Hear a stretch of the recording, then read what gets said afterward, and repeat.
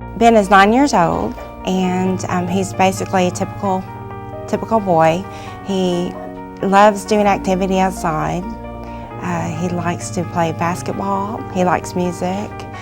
He definitely likes playing with his cousins, and Ben is, well, to be honest, he's just a lovable child.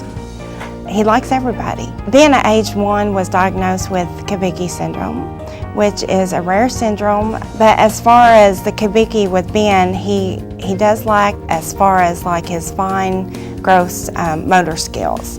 And also he does have low muscle tone. We do a lot of things with Ben. We want to work on, there's several things. We want to work on strengthening his body.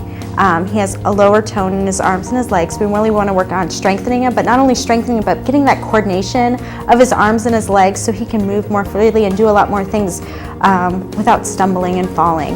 The other parts we work on is we just work on his fine motor skills so he can write and he can improve just doing those little small tasks, coloring and writing for his name for school, because we know that's a big part of his everyday life as a student.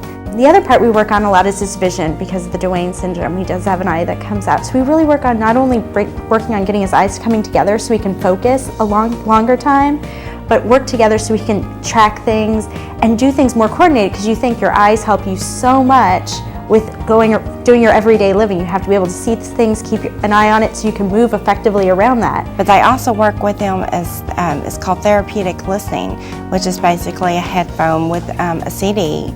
And not only does he work with it here at the center with the therapist, but he also is able, they provide him a CD with the headphones at his school.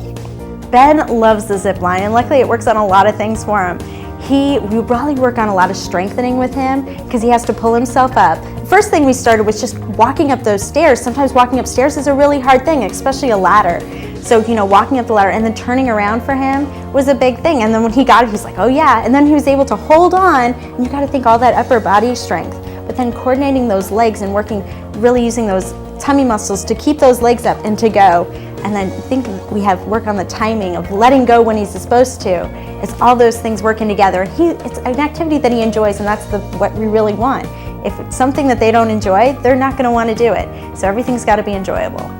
If the center wasn't here, I would basically, I believe we would have to travel.